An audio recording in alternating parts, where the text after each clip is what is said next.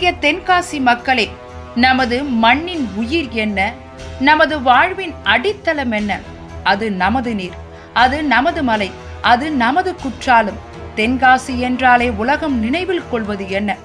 பசுமை விரிந்த மேற்கு தொடர்ச்சி மலைகள், அவற்றின் மடியில் துள்ளி ஓடும் அருவிகள். அந்த அருவிகளை நம்பியே நமது வாழ்க்கை, விவசாயம், தொழில், சுற்றுலா எல்லாம் வளர்ந்தது. அதில் மிக முக்கியமானது பழைய குற்றால அருவி.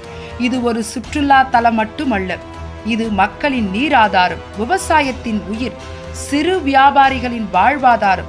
1960ஆம் ஆண்டு மக்கள் நலனை மனதில் கொண்டு அன்றைய தலைமைத்துவம் மிகுந்த மாண்புமிகு முதலமைச்சர் திரு காமராசர் அவர்கள் அருவியாக உருவாக்கி 28 குளங்களுக்கு பாசனம் வழங்கும் வகையில் அமைத்து, சாதி வேறுபாடின்றி மக்கள் குளித்திடவும், விவசாயிகள் பயிரிடவும், ஆயிரக்கணக்கான குடும்பங்கள் வாழ்வாதாரம் பெறவும் இந்த அருவி உதவியது.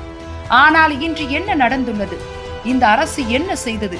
மக்களுக்கு சொந்தமான இந்த அருவியை மக்களிடமிருந்து பறித்து கொண்டது. பொதுப்பணித்துறையில் இருந்த கட்டுப்பாட்டை மாற்றி வனத்துறைக்கு ஒப்படைத்தது. மக்கள் செல்லும் சாலையை மூடி 3 கிலோமீட்டர் நடக்க வைத்தது. மாலை 6 மணிக்குள் மட்டுமே அனுமதி என்று கட்டுப்பாடு விதித்தது. விவசாயிகள் தண்ணீர் கொண்டு செல்லவும் தடைகள், அணைகள் பராமரிக்க கூட அனுமதி இல்லை. இது மட்டும் தானா? சாதாரண மக்கள் தடுக்கப்படுகிறார்கள்.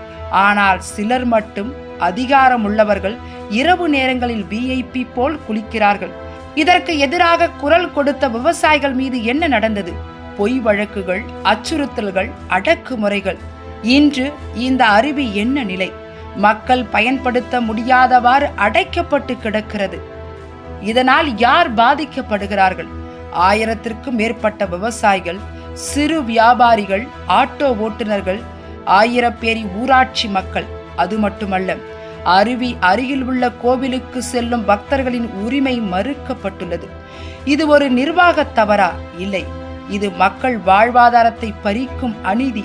அன்புடையர், இது வெறும் ஒரு அருவியின் கதை அல்ல, இது நம்மை வஞ்சித்த கதை. நமது நீர் பறிக்கப்பட்ட கதை, நமது உரிமை மறுக்கப்பட்ட கதை. ஆகவே மறவாதீர், நம்மை ஏமாற்றியதை மறவாதீர். எழுந்திருப்போம், நமது உரிமைக்காக குரல் கொடுப்போம், மீட்டெடுப்போம் நமது குற்றாலத்தையும், நமது நீராதாரத்தையும், நமது வாழ்வாதாரத்தையும்.